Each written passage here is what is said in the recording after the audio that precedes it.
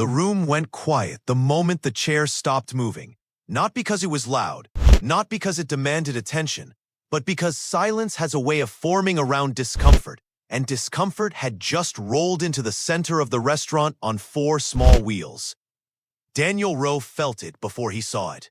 The pause in conversation, the subtle shift of bodies, the way forks hesitated midair, unsure whether to continue their ordinary motions or acknowledge the interruption of something people didn't know how to face. He kept his posture straight, hands resting calmly on his lap, shoulders squared the way he had trained them to be long before the accident. The maitre d' smiled too quickly. "Right this way," the man said, already walking ahead, already assuming Daniel would follow without trouble, without delay, without being reminded how much effort it took to move through a world designed for standing people. Daniel guided the wheelchair forward himself. He always did. He refused assistance unless it was asked for, and tonight he would ask for nothing.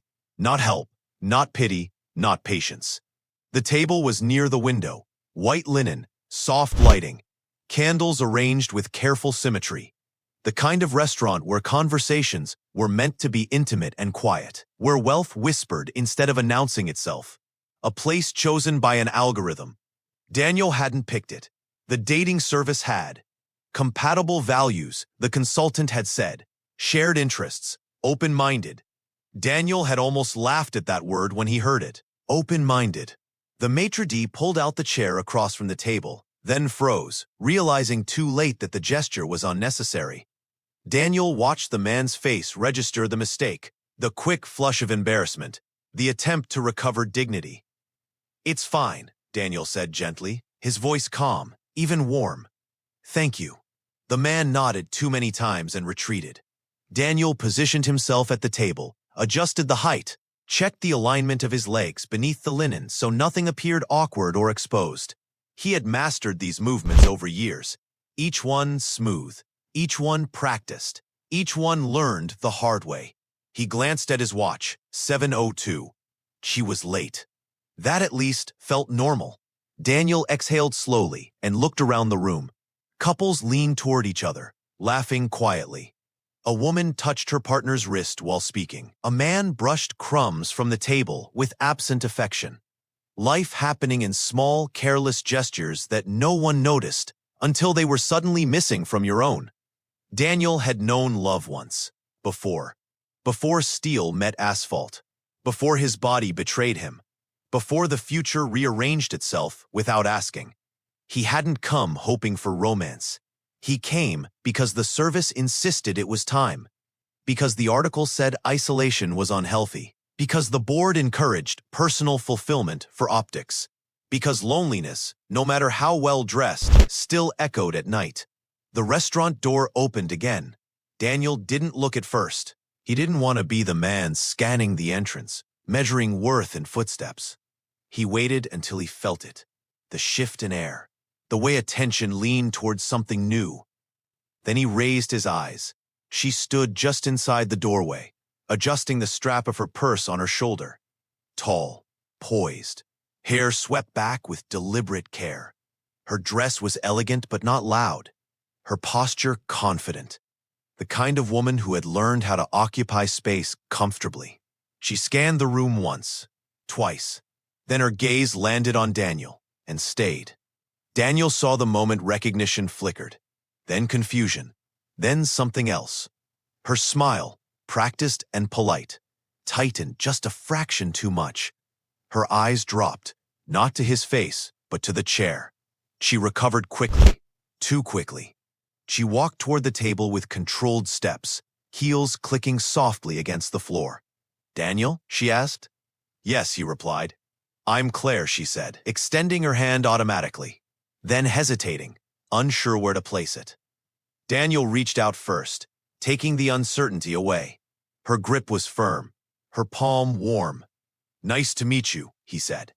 She withdrew her hand and sat, smoothing her dress, glancing around as if checking who had noticed. Daniel noticed everything, always had. "So," Claire said, clearing her throat, smiling again. "This place is nice." "It is," Daniel agreed. "I'm glad you could make it." She nodded, Traffic. A small lie. A harmless one. He didn't mind. They fell into silence. The kind that arrives early, before two people decide who they are allowed to be with each other. Claire broke it. I didn't realize, she said, gesturing vaguely with her hand, stopping halfway. Daniel waited. I mean, she continued with a light laugh, the profile didn't mention. He finished it for her. The wheelchair? Her cheeks colored. Yes, she said quickly. That. It often doesn't, Daniel replied. I asked them not to. Why? The question came out sharper than she intended. Daniel considered her before answering. Because I wanted someone to meet me before meeting my body, he said. Claire blinked. Oh. The waiter approached with menus. Claire took hers quickly, grateful for the interruption. Daniel accepted his with the same steady grace he brought to everything else. Can I start you with something to drink? The waiter asked. Claire ordered wine. Daniel ordered water. The waiter left. Claire glanced at Daniel's glass. You don't drink? I do, he said. Just not tonight. Oh, another pause. She scanned the menu without reading it. Daniel watched her expression shift between curiosity and calculation. So, she said finally, closing it, what do you do? He smiled faintly. I invest, he said. In what? People, Daniel replied. Mostly. Sometimes companies. She nodded, unimpressed. And you? He asked. I'm in marketing, Claire said. Brand strategy. That must be interesting. It pays well. Daniel didn't respond. Her eyes flicked to his hands again. So, she said, lowering her voice, leaning in. How long have you been like this? Daniel held her gaze. 7 years, he said. Since I was 31, she winced. That's young. Yes. What happened? She asked, already regretting it. An accident, Daniel replied. A fast one. Oh. The waiter returned with drinks. Claire took a long sip of wine. Daniel took a measured breath. He felt it then. The shift, the quiet pulling away, the recalculation behind her eyes. This wasn't what she signed up for. He had seen it before. At fundraisers, at dinners, at introductions that changed tone mid-sentence. The realization that the man in front of them didn't fit the story they imagined. Claire smiled again, but it didn't reach her eyes. Well, she said brightly, at least you seem to be handling it really well. Daniel didn't answer. He didn't need to. The compliment hovered awkwardly between them, heavy with implications she didn't intend, but couldn't erase. The waiter returned to take their orders. Claire ordered quickly. Daniel did the same. When the waiter left, Claire leaned back, folding her arms. So, she said, tilting her head, does this limit your lifestyle much? Daniel's expression didn't change. It changes it, he said. Limits are relative. She laughed lightly.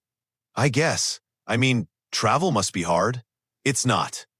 Dating, though, she continued, pushing on despite the warning bells now ringing inside her. That must be complicated. Daniel studied her. It can be, he said. She nodded, satisfied. A moment passed. Then another. Claire exhaled and made a decision. I'm going to be honest, she said. I wasn't expecting this. Daniel didn't interrupt. I mean, she continued, lowering her voice, the service should be more transparent. It's not fair to surprise someone like that. Daniel's jaw tightened almost imperceptibly. Not fair to whom? He asked. She hesitated. To me, she said. To both of us, I guess. He nodded slowly. I understand. She relaxed. I just think chemistry matters, she said. Attraction. Lifestyle compatibility. Daniel held her gaze. Yes, he said. Those things matter. She smiled, relieved. So maybe we can just enjoy dinner as friends? Daniel paused. Friends. The word landed heavier than she realized. Of course, he said. The food arrived. They ate. Claire spoke more than Daniel. About work. About travel. About plans she had made for herself. Daniel listened. He always did. Halfway through the meal, she glanced at her phone. Oh, she said, standing. I need to take this. She stepped away. heels clicking toward the restroom corridor. Daniel watched her go. He didn't follow her with his eyes for long. He already knew. He took a sip of water and stared at the candle flame, watching it flicker, steady, contained. Around him, conversation resumed. Laughter returned. The world moved on. And then the waitress approached their table, notepad in hand, expression careful, and said softly, "Sir, I'm sorry. But your guest just asked if it would be possible to move to another table, away from the wheelchair." And said softly, "Sir, I'm sorry, but your guest just asked if it would be possible to move to another table, away from the wheelchair." Daniel did not react at first, not outwardly. He kept his gaze on the candle flame, on the small, steady light that refused to tremble, even when everything else inside him did. "I see," he said quietly. The waitress hesitated, clearly unsure whether to continue. "She said," the waitress added, lowering her voice even more, "that she feels uncomfortable." Daniel nodded once. "Thank you for telling me," he said. The waitress lingered, then asked gently, "Would you like me to say something to her?" Daniel lifted his eyes. "No," he said, "that won't be necessary." The waitress looked relieved and guilty at the same time. She gave a small nod and stepped back. Daniel took a breath that reached all the way to his ribs. He had been prepared for rejection. He had been prepared for awkwardness. He had been prepared for silence. He had not been prepared for erasure. Claire returned moments later, her smile already back in place. "All good," she said, sitting down. "Sorry about that." "No problem," Daniel replied. She picked up her fork again, as if nothing had happened. They ate for another minute. Then she cleared her throat. "So," she said, tapping her glass lightly, "I was thinking." Daniel waited. "Maybe this was a mistake," she said, offering a sympathetic smile. "I mean, not you, just the setup." He nodded. "I understand," he said. She relaxed again. "You're very kind," she said. "And very brave." The word hovered between them like a strange compliment. "Thank you," Daniel said. She reached for her purse. "I think I'm going to head out," she said. "Early morning tomorrow." Daniel inclined his head. "Of course," he said. She stood, hesitated, then leaned down and kissed his cheek. It was light, careful, almost ceremonial. "Take care," she said. "You too," Daniel replied. She walked away. Her heels faded into the soft hum of the restaurant. Daniel remained. He did not rush. He did not follow. He did not check his phone. He sat with the empty space across from him and let the moment be what it was. The candle burned lower.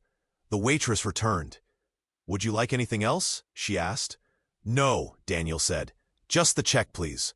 She nodded and left. Daniel stared out the window.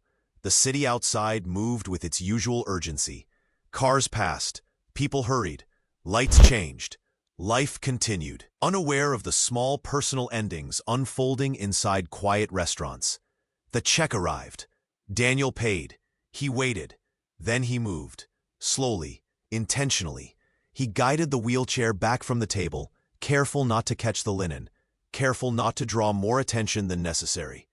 As he turned toward the exit, he felt eyes on him, not hostile, not curious, just present. He looked up. The waitress stood near the service station, watching him, not with pity, not with discomfort, with something else, recognition, perhaps. He paused. She approached. "I'm sorry about what happened," she said. Daniel smiled faintly. "It happens," he replied. She hesitated. Then she did something no one else had done all evening. She did not apologize again. She did not offer consolation. She did not rush away. She simply said, "You didn't deserve that." Daniel felt the words before he understood them.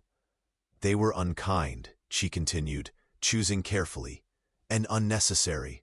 He met her eyes. "Thank you," he said. Her name tag caught the light. Lena. "You're welcome," she said. They stood in silence for a moment. Then Lena gestured gently toward the door. "Can I walk you out?" she asked. Daniel considered the offer. He nodded. They moved together toward the exit. The air outside was cooler. Night had settled fully now. Street lights cast long reflections on the pavement. The city smelled like rain that hadn't fallen yet. Lena stopped beside him. "I hope this doesn't sound strange," she said, "but you handled that with a lot of grace." Daniel smiled. "Practice," he said. She nodded. "Still," she said, "it's impressive." He shifted slightly in his seat. "What about you?" he asked. "Why are you here tonight instead of somewhere else?" She laughed softly. "Bills," she said, "and because I'm good at reading people." "Am I easy to read?" She considered him. "No," she said, "but you're honest. That's different." He held her gaze. "I'm Daniel," he said, as if they were just meeting. "I know," she said, smiling. I heard her say it. "I'm Lena." "I know," he replied, glancing at her name tag. They both smiled. A small moment, a real one. She hesitated, then said, "Can I ask you something personal?" "You can," Daniel said. "I might not answer." She nodded. "Do you ever get tired of being strong?" she asked. The question surprised him. He paused. "Yes," he said. She nodded slowly, as if that confirmed something she already sensed. "I thought so," she said. They stood there, neither rushing, neither leaving. The city hummed. A car passed with its music too loud. Somewhere, laughter drifted from another restaurant. Life moving forward. Lena shifted her weight. "I should go back inside," she said. "Yes," Daniel replied. She hesitated again, then said, "I'm glad I met you." He smiled. "So am I." She turned to go, then stopped. "If you ever want to come back," she said, gesturing behind her, "I'll make sure you get the best table." He chuckled. "I'll hold you to that." She smiled and went inside. Daniel stayed for another moment. Then he turned his chair and rolled into the night. Not alone, not changed, but lighter. Something inside him had shifted. Not dramatically, not loudly, just enough. Just enough to make space. Just enough to make space. Daniel did not go home, not because he had nowhere to go, but because the apartment waiting for him felt too quiet for the shape his thoughts had taken. He turned left instead of right at the corner and followed the slow curve of the street toward the river. The night was calm, the kind of calm that holds sound gently instead of swallowing it. Tires whispered over asphalt, a distant siren drifted without urgency. Somewhere, a door closed softly. He stopped at the railing and rested his hands there. The water reflected the city in fragments. Light broke into gold and silver lines that wavered and rejoined. He watched, not thinking, just being. For a long time, he felt it before he heard it. Footsteps, not rushed, not hesitant, measured. He turned his head. Lena stood a few steps away, her jacket pulled tighter around her shoulders. "I hoped I might find you here," she said. Daniel raised his eyebrows. "You followed me?" She smiled. "I guessed," she said. "People go to water when they need room to think." He nodded. "That sounds like something someone good at reading people would say." She stepped closer. "Mind if I sit?" she asked. He gestured to the empty space beside him. She sat on the low stone ledge. They faced the river together. "I don't usually do that," she said. "Follow strangers?" "Yes." "Why tonight?" She exhaled. "Because I didn't want you to leave thinking that moment was the only one that mattered." He turned slightly toward her. "And what moment would that be?" "The one where someone made you feel small." He considered her words. "It wasn't the first," he said. "I know," she replied. "That's why it bothered me." He looked at her now, really looked. The way she held herself, the steadiness in her voice, the care in her eyes that didn't ask for permission to exist. "Thank you," he said. She nodded. They returned their gaze to the water. After a while, Daniel spoke. "Do you ever wonder how many lives we almost live?" he asked. She tilted her head. "What do you mean?" "The ones that would have happened if something had gone slightly differently," he said. "A missed turn, a late train, a choice we didn't make." "Yes," she said, "all the time." He smiled. Tonight felt like one of those. "Which one?" she asked. "The life where I went home feeling like I shouldn't have tried." She shook her head. "That one doesn't suit you." He laughed quietly. What makes you so sure? Because you stayed, she said. You didn't fold in on yourself. You didn't harden. You stayed open. He absorbed that. I don't always manage that, he said. No one does, she replied. They sat. The river moved. The city breathed. Lena leaned back slightly. Can I ask you something else? She said. Yes. What do you miss most? He didn't answer immediately. He searched. Not for the dramatic answer, for the honest one. Running, he said, not because I loved it, because I didn't have to think about it. She nodded. That makes sense. And you? He asked. She thought. Being invisible, she said. Sometimes I want to move through the world without anyone needing anything from me. He smiled. That sounds nice. It is, she said. Until it isn't. He nodded. They shared a quiet understanding. Then Lena stood. I should go, she said. Yes, Daniel replied. She hesitated. Would you like to meet again? She asked. Not as a suggestion, not as a kindness, as a question. Daniel met her eyes. Yes, he said. She smiled. Tomorrow? She asked. Tomorrow, he agreed. She turned to leave, then paused. Daniel? Yes? I'm glad you didn't go home. He smiled. So am I. She left. Daniel stayed. The river kept moving. The night held him gently. He eventually turned and headed home. When he entered his apartment, the lights came on softly. The space felt different. Not empty, just quiet in a way that no longer hurt. He slept deeply. Morning arrived without resistance. Light filled the room. He moved through his routine with ease. Shower, coffee, news left unread. Thoughts of Lena arrived without effort. Not loud, not urgent, just present. The day unfolded. Meetings, calls, decisions made with the steady clarity he was known for. But something under the surface had shifted. Not his competence, not his control. His attention. It no longer circled inward. It reached outward. Towards something unfinished. Towards something forming. Evening came. He returned to the river. He waited. She arrived, wearing a simple coat. Hair loose this time. A different version of herself. Still the same. They smiled. They talked. They walked. Not far, just enough. They spoke about ordinary things. Favorite books, foods they loved, cities they wanted to see. Nothing heavy, nothing urgent. Time moved differently. At one point, she said, Can I tell you something? Yes. I don't usually feel this calm with people. He considered that. I don't usually feel this seen, he replied. She smiled. They stood under a tree, whose leaves whispered in the night air. Lena reached out and touched his hand. Not tentative, not careful, present. I want to be honest, she said. Yes. I'm not perfect, she said. I'm not always kind. I get tired. I get afraid. He nodded. Good, he said. That makes you human. She laughed. You're good at this, she said. At what? Being real, she replied. He thought about that. I had to learn, he said. They stood. The city glowed around them. A car passed. A bicycle rang its bell. Life continued. And this time, he felt part of it. Not watching, not waiting, participating. Lena squeezed his hand. I should go, she said. Yes, Daniel replied. But neither moved. Eventually, they did. They parted with a promise. Not dramatic, not loud, just true. I'll see you, she said. Yes, he replied. He went home. Not lighter, not heavier. Balanced, centered, open.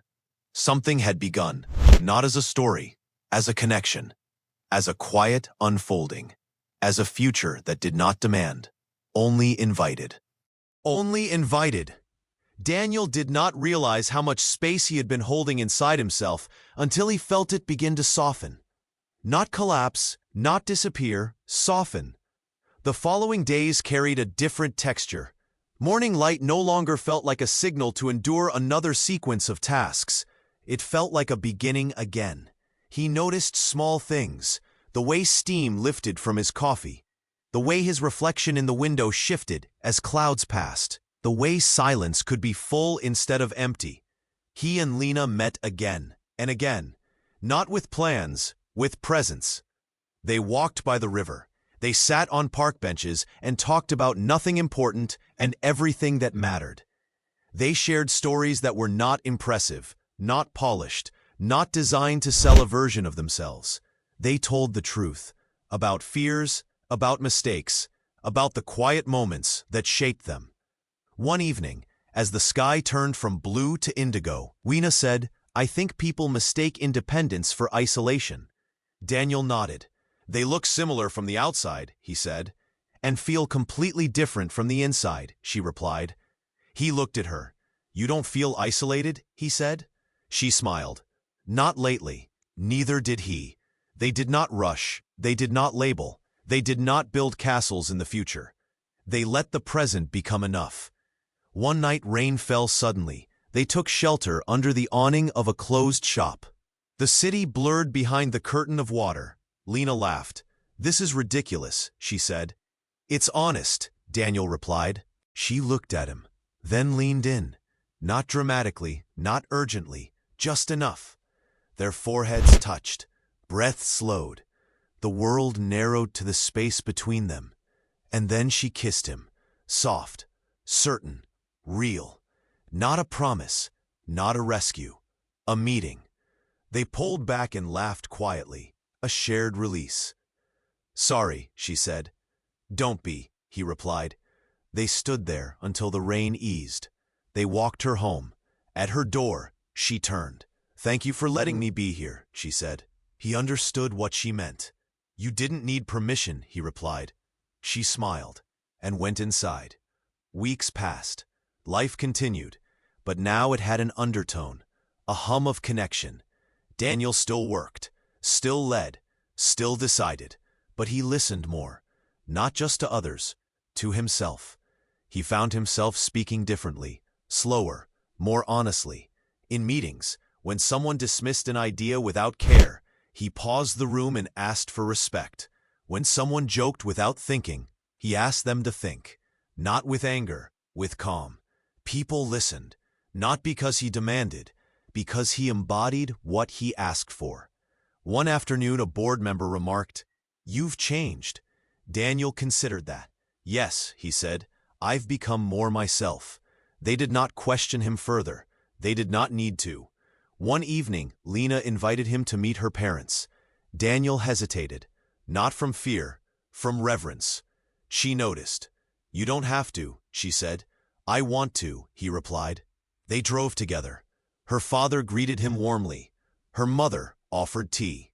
They spoke easily, about books, about travel, about nothing and everything. No one mentioned the chair, not because they ignored it, because it did not define the room.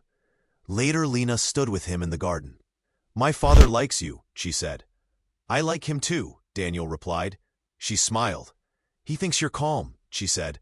"I am," Daniel replied, "with you." She took his hand. The world felt aligned. Not perfect, aligned.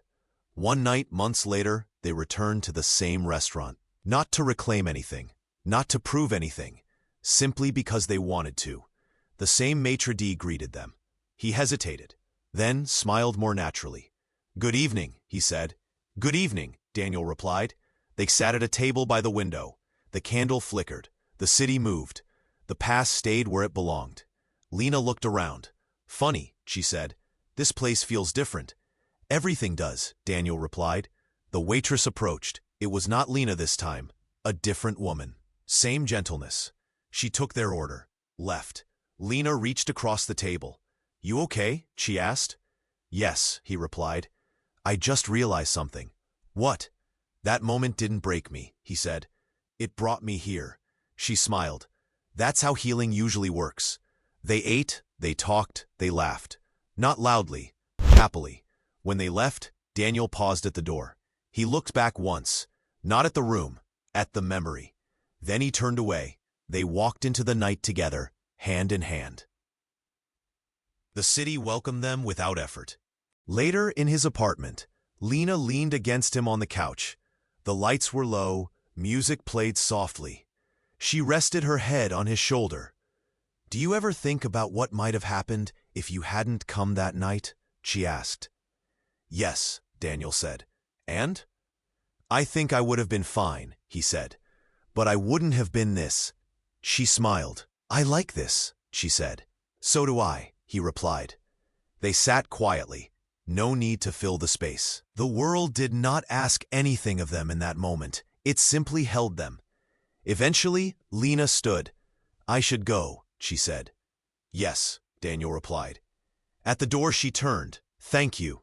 For what? For not closing, she said. He met her eyes. Thank you for noticing, he replied. She left. He stood for a moment, then closed the door. Not with loneliness, with peace. He went to the window. The city stretched below. Alive, moving, open. No distance from it. Only belonging. Not because the world had changed, because he had met it honestly, and it had met him back. The chair no longer felt like a barrier, not because it wasn't there, but because it was no longer the loudest thing in the room. Connection was, presence was, love was, and that was enough.